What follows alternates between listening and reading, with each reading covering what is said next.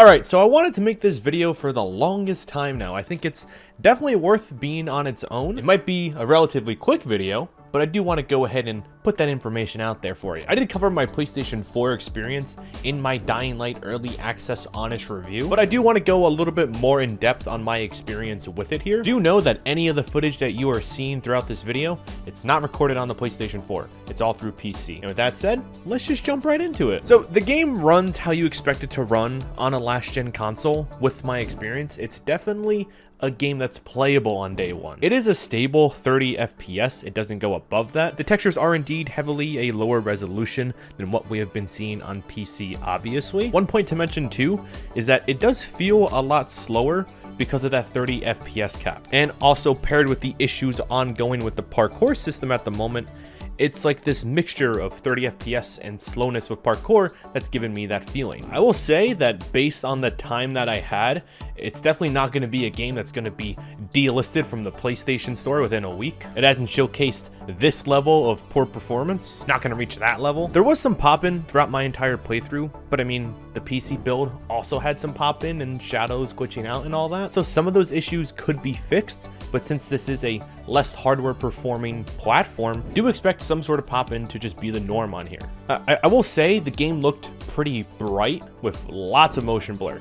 So if you're not a fan of motion blur, it's in here and it's strong. As for like the bright filter, you know, like when you play on like those early flat screen TVs and they had like a white filter to it, that's kind of what it looked like. So it could have been the TVs that we were playing on, or the actual PS4 console itself. You know how like when you're editing like a photo or a video and you throw a brightness filter on it? That's what it looked like. Like I said, the motion blur, it was a lot. It's very noticeable. I mean, it makes sense. They have to do all these performance cuts to go ahead and get an enjoyable experience on the console. It is very much worth mentioning that we only got to play in Old Villador, which is also by far a less hardware intensive area than the city. The city, which is the second main area, we didn't get our hands on it. That city is massive. Lots of buildings, skyscrapers, verticality. There's so much going on over there. So I don't know how that will run on the PlayStation 4. Another thing to say too is that the further you progress into the game, the more tools that become available to you. So for example, the paraglider, the grappling hook, those are tools that allow you to quickly move throughout the city. There's vents and winds trying to get you to quickly move around. And it may get chaotic on the PlayStation 4, so do watch out for that. The view distance on the PS4 in Old Villador, it was slightly toned down than compared to the PC version. If I had to guess, it's most likely going to be the same in the city, maybe on a higher level because of how much there is in there. It's also worth mentioning that the entire experience that I had was on a PlayStation 4 Pro.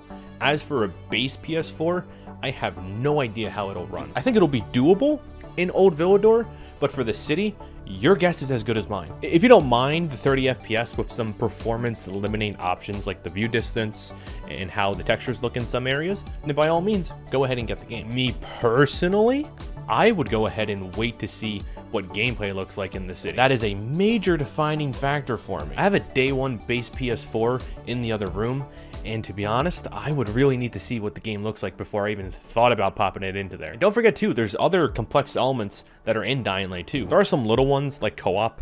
I mean, in the original Dying Light, it didn't affect performance that much. I just don't know how 4 characters paragliding and then flying around the downtown might run on it. Honestly, go ahead and wait for gameplay.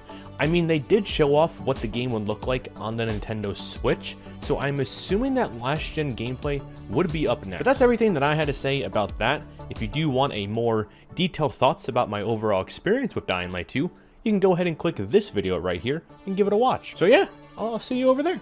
Bye-bye.